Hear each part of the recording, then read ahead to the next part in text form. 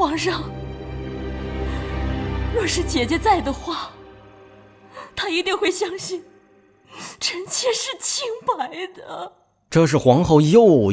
一次打出纯元这张王牌。纵观全剧，一旦皇后需要自救或者是打压甄嬛，她总会搬出纯元这张王牌，要么是刻意在皇上面前提起她和纯元的姐妹情，要么就是在不断的整理纯元的遗物。皇后以为纯元这张王牌是她独有的，却没想到到了后期，纯元这张王牌也会被甄嬛所利用，甚至利用得更高级。这一期咱们就来唠唠甄嬛是如何利用纯元这张王牌的。首先咱们来看甄嬛生下胧月的时候，虽然皇上乐呵呵的跑来向甄嬛求和，但是此时的甄嬛还是没办法接受自己是替身这回事儿。加上皇上听信他言，把甄嬛的父母流放到宁古塔，甄嬛实在是做不到与皇上重归于好，于是甄嬛决定出宫修行。皇上准许后，甄嬛对皇上说了一句：臣妾既想离开，孩儿的性命就允许臣妾来取，请皇上成全。好，就叫婉婉。婉婉怎么起这名儿？难道是因为我们这个婉婉吵得还不够凶吗？很明显，皇上的脸色变得很不好，而甄嬛也清楚自己说出婉婉二字一定会让皇上想起纯元，于是甄嬛说道：臣妾怎敢让公主沿用先皇后的小字这样大不敬？长发婉君行，臣妾做不到的，就让公主来做吧。皇上听甄嬛这么一说，便觉得自己不该和嬛嬛怄气了，因此皇上试探性地说着：其实你不想出宫修行也是可以的。但甄嬛之所以给胧月取婉婉这个名字，可不是让皇上出言挽留自己的，她这么做无非是利用皇上对纯元的思念，换得皇上对胧月的眷顾。毕竟只要胧月有一个和纯元小名同音的名字，胧月就不会变成一个被皇上遗忘在深宫的公主。这也是为什么当嬛嬛重新回宫见到端妃时，端妃会说：你说当年你生下胧月才3天就离宫，那3天的殚精竭虑，哪一点不是为他一辈子做尽了打算？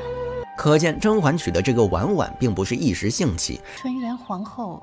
有一个用羊脂美玉做成的芙蓉项圈，是她生前最喜爱的，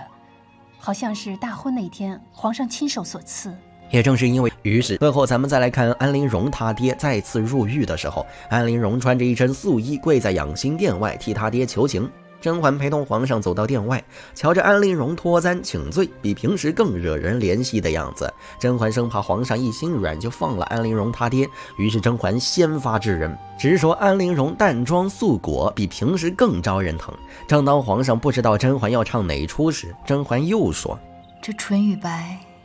原是最干净的，不该与欲望纠缠在一起。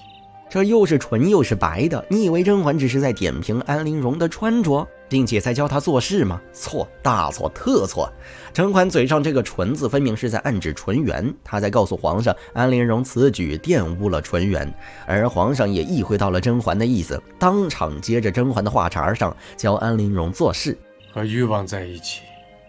玷污了纯白的本意。不得不说，语言大师还得是甄嬛，只是简单的一纯一白一欲望，就让皇上恼了安陵容。除此之外，甄嬛还用纯元这张王牌干掉了皇后。自从甄嬛从甘露寺重新回宫之后，皇后便使用了2次纯元这张王牌去膈应甄嬛。第一次是甄嬛生下双生子的时候，皇后故意在皇上面前提到她在收拾纯元遗物。熹贵妃诞下这2个婴孩之后，臣妾也没有旁的东西可以赠送，倒是从前姐姐在时有几块上好的羊脂玉给了臣妾，臣妾已叫工匠连夜赶工，制成了一双玲珑玉璧给2个孩子保平安用。很明显，此时皇后用纯元这张王牌勾走了皇上的心。甄嬛还是挺无语的，但是当皇上看到宫女拿着梅花起舞的时候，皇上第一时间想到了他与甄嬛在倚梅园相遇的场景。于是皇上忍不住当场念起甄嬛当年念的诗句，眼瞧着这波回忆杀把氛围搞起来了，偏偏皇后来了一句：香中别有韵，清极不知寒。逆风如解意，容易莫摧残。皇上可还记得姐姐刚入府时，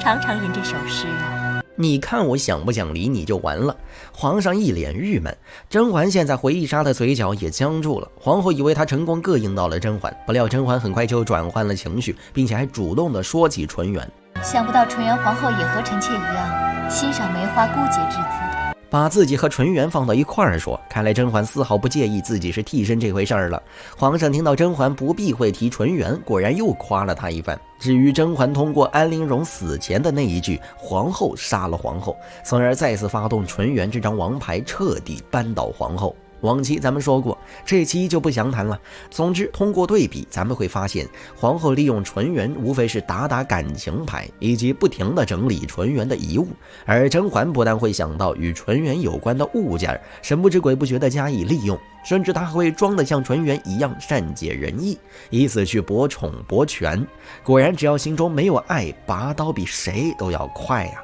利用纯元这一块，还得是甄嬛牛。